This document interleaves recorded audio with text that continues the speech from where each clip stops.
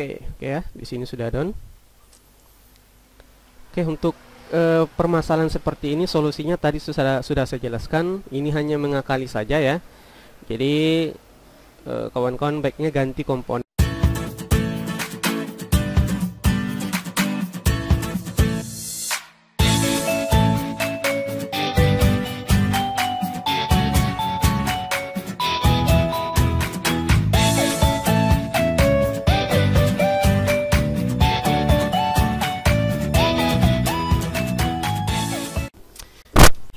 Oke, assalamualaikum warahmatullahi wabarakatuh. Kembali lagi bersama saya dengan Nasaris dengan video tutorial saya yang lain. Nah, kali ini kita mendapat sebuah handphone. Di sini kita dapat handphone Samsung ya. Ini Samsung A50. Jadi kerusakannya ini seperti ini. Coba kita cas dulu ya. Kita cas ya.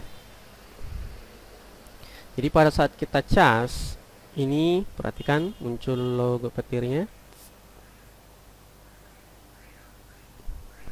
Nah, dia muncul seperti ini, tanda casnya dilarang ya. Ini sama kasusnya dengan kalau kita nyalakan pengisian di jeda atau pengisian terhenti atau pengisian lain-lain lah, begitu. Intinya, kerusakan handphone ini bermasalah di bagian blok chargernya ya. Nah, kerusakan handphone yang seperti ini ada beberapa macam ya kerusakannya. Bisa diakibatkan oleh baterainya tersendiri, bisa dari konektor baterainya, bisa dari komponen termostatnya, bisa dari bagian IC RF-nya, bisa dari IC casnya, bisa IC powernya, dan banyak kemungkinan yang bisa mengakibatkan kerusakan seperti ini. Tapi pada umumnya untuk kasus Samsung A seperti ini kebanyakan komponennya rusak di bagian termostatnya. Untuk lebih jelasnya kita coba bongkar dulu ya. Kita bongkar dulu supaya kita bisa tahu. Biasanya kalau termostatnya yang bermasalah itu handphonenya sudah masuk air ya. Kalau handphonenya sudah masuk air, bisa dipastikan juga rusak di bagian termostatnya atau bagian komponen termostatnya ya. Nah, di sini saya akan buka dulu casingnya.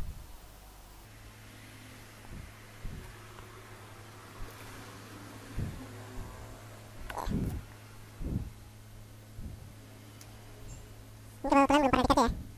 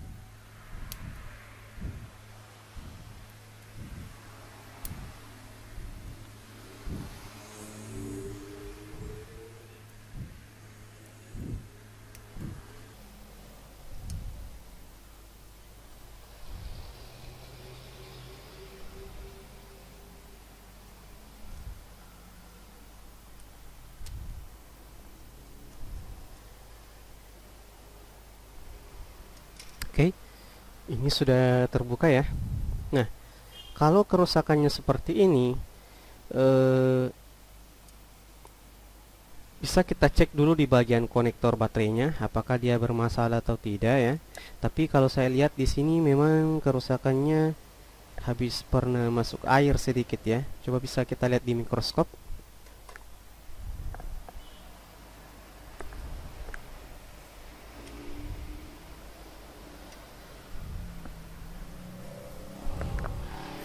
Sini. Nah, di sini ada komponen yang ini ya. Ada komponen yang karatan sedikit. Nih. Perhatikan.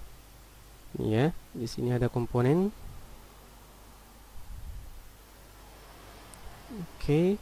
Coba kita lepas dulu ini bagian konektor casnya, karena yang ada karatannya itu cukup di bagian konektor casnya ini ya. Coba kita lepas dulu.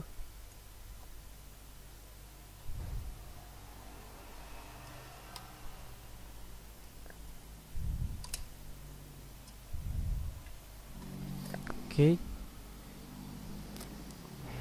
Nah, di sini betul-betul di sini ada karatan sedikit ya. Jadi karatan sedikit ini bisa memicu juga permasalahan seperti ini. Kita coba lihat di konektor casnya. Oke ya. Hanya sedikit karatan, tapi ini bisa berpengaruh besar ini. Nah, coba ini kita bersihkan dulu komponennya ya. Ini kita bersihkan dulu.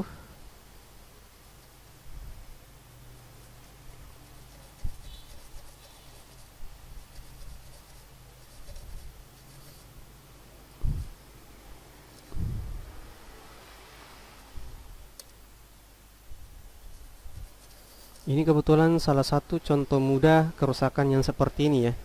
Contoh mudah kerusakan yang seperti ini di Samsung tipe ini. Karena memang kalau dia habis kena air itu berpengaruh sekali mengakibatkan kerusakannya seperti itu.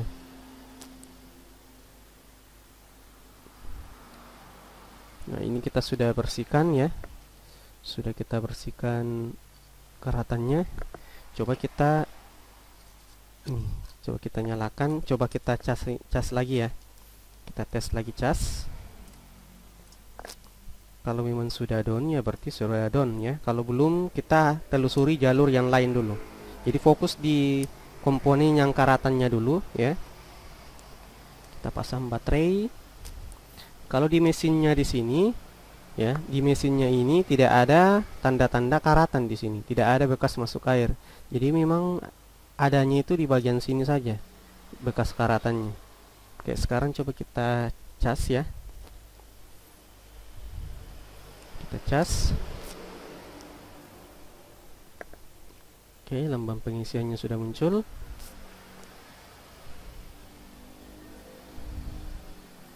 Oke, masih sama ya. Komponennya ini masih sama. Berarti masih ada komponen yang lainnya bermasalah. Oke, kita lepas dulu. Kita kembali lepas lagi komponennya.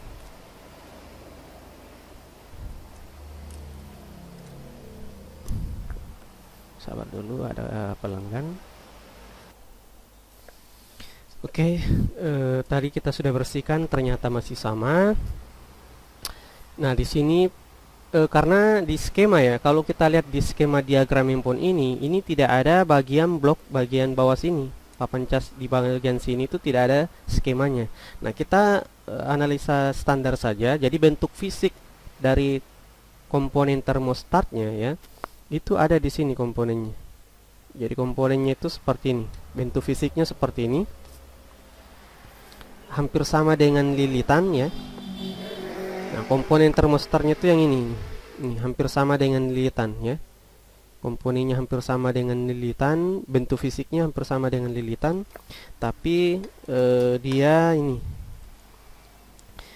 Tapi dia ada groundnya ya. Kalau kita ukur hambatan dalamnya itu ada groundnya. Jadi kalau kita ukur biasa seperti ini ada groundnya. Nah, perhatikan, coba perhatikan di avometer ya.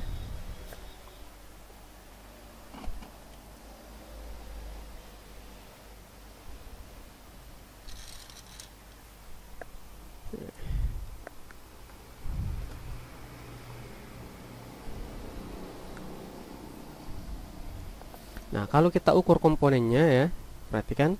Kalau kita ukur komponennya itu memang ada groundnya ini. Perhatikan ini groundnya, yang satu, yang satunya ini ada nilai, dan nilainya ini memang tidak bocor ya, karena tidak ada tanda-tanda bahwa dia bocor ya. Nah, karena pengukurannya ini kita bisa tahu ini bagus atau tidaknya ya, bukan dari avometer, bukan pakai avometer, tapi memang dari ada alat ukurnya tersendiri ya. Nah, sebelumnya kita ini coba kita cabut saja dulu komponen yang termostatnya ini ya. Kita coba cabut dulu komponennya. Mungkin saya angkat pakai solder saja ya. Jadi komponen termostatnya ini sangat berpengaruh juga pengisian. Ada komponen termostat yang harus diganti, ada yang tidak perlu diganti. Kebetulan kalau tipe yang ini tidak perlu diganti ya. Ini bisa kita langsung cabut. Oke, sudah kita cabut ya. Komponennya sudah kita cabut.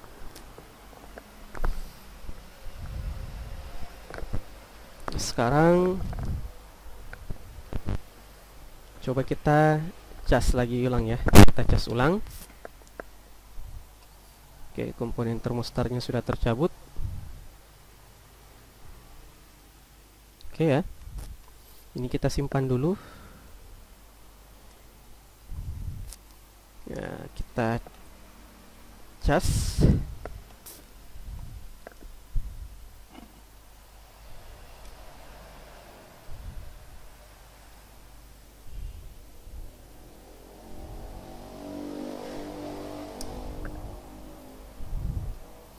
Kita cas.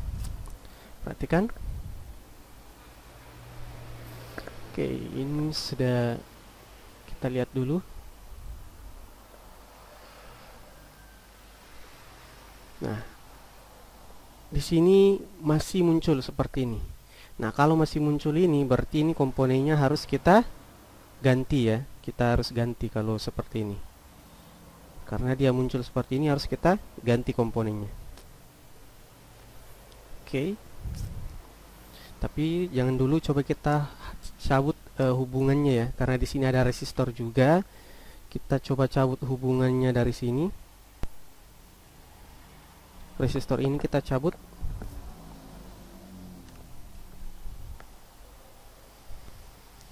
Kalau kita cabut komponen yang ini berarti dia sudah tidak ada sensornya ya. Jadi hilang sensor pengisiannya. Oke, sudah kita cabut. Sekarang coba kita tes. Nyalakan lagi. Kalau kita cabut komponen tadi ternyata masih tetap ya, berarti ini mau tidak mau ini harus kita ganti komponen termostatnya ya. Oke, di sini sudah masuk ya. Ini sudah masuk pengisiannya, berarti ini kasusnya sudah selesai ya. Jadi handphone ini sudah selesai. Jadi penanganannya tadi kita mencabut dua komponennya. Nah, resistor tadi itu jembatan sensor suhunya ya. Karena ini tadi yang permasalahannya ini ya. Itu tadi permasalahan sensor suhunya yang bermasalah. Nah, tadi ada resistor di sana, itu kita cabut dan ternyata down. Nah, artinya ini sensornya sudah kita tidak berfungsikan untuk termostatnya. Nah, di sini kan resistornya kita cabut ya. Ini resistor kita cabut. Nah, berarti nanti ini dia tidak akan memprotek lagi pengisiannya. Jadi pokoknya kalau ada permasalahan di bagian chargernya, ada protek, itu tidak akan berfungsi lagi. Jadi nanti tujuannya nanti langsung ke IC cas ya. Jadi karena kita sudah melepas hubungan sensor ini, baiknya sih ini kita ganti ya. Jadi ini benar, ini komponennya sudah rusak, komponen termostatnya sudah rusak. Jadi sebaiknya kita ganti. Tapi karena di sini sekali lagi saya tidak mempunyai bangkaian yang sama untuk mengganti komponen ini. Jadi untuk sementara saya biarkan seperti ini saja dulu ya. Saya biarkan seperti ini saja dulu. Nanti kita kasih saja garansi untuk konsumennya ya. Jadi coba kita ulang lagi. Kita cas untuk memastikan apakah dia sudah down atau tidak. Oke ya, di sini sudah down. Oke, untuk permasalahan seperti ini solusinya tadi sudah saya jelaskan. Ini hanya mengakali saja ya. Jadi kawan-kawan baiknya ganti komponen termostatnya. Oke ya. Seperti itu dulu. Salam sukses untuk kita semua. Saya Nasaris, Handais Labs.